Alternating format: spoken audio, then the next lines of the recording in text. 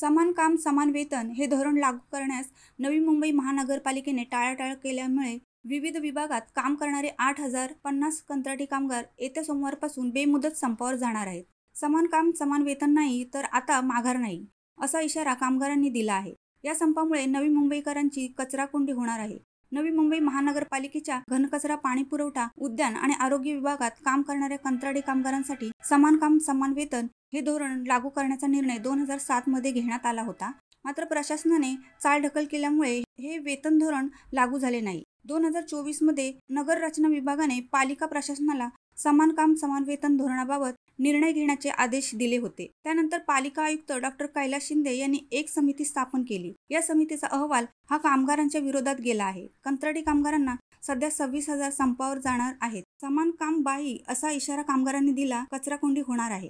ही शुद्ध फसवणूक आहे, असा आरोप समाज समता कामगार संघाचे सरचिटणीस मंगेश लाड यांनी आज पत्रकार परिषदेत करून सफाई कामगार सोमवारपासून बेमुदत संपावर जाणार असे जाहीर केले। याप्रसंगी महाराष्ट्र म्युनिसिपल कामगार युनियनचे महासचिव मिलिंद रानडे, गजानन भोईर, महेंद्र पाटील, गणेश पाटील, संतोष पाटील आदी उपस्थित होते।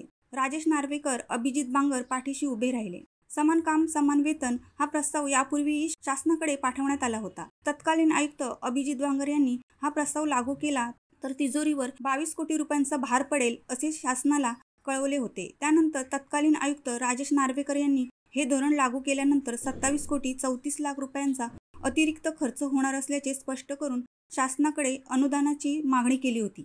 मात्र आता विद्यमान आयुक्त डॉ. कैलास शिंदे यांच्या समितीने थेट कामगारांचा पगार कमी करण्याचा निष्कर्ष काढला असून हा अहवाल जाणून बुजून तयार करण्यात आला आहे। राजेश नार्वेकर आणि अभिजित बांगर हे कामगारांच्या मागे खंबीरपणे उभे राहिले तसे चित्र आता दिसत नाही, अशी खंत महाराष्ट्र म्युनिसिपल कामगार युनियनचे महासचिव मिलिंद रानडे यांनी यावेळी व्यक्त केली।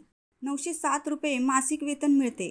जर समान काम समान वेतन धोरण स्वीकारले तर हे वेतन 4,407 रुपयांनी कमी होईल आणि कामगारांचा पगार थेट 22,500 रुपयांवर येईल, असा अभिप्राय समितीने दिला आहे।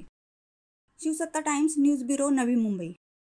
दे धडक बेधडक वृत्त देणाऱ्या आपल्या शिवसत्ता टाइम्स न्यूज चॅनलला लाल बटन दाबून सबस्क्राईब करा आणि बेल आयकॉनला क्लिक करायला विसरू नका।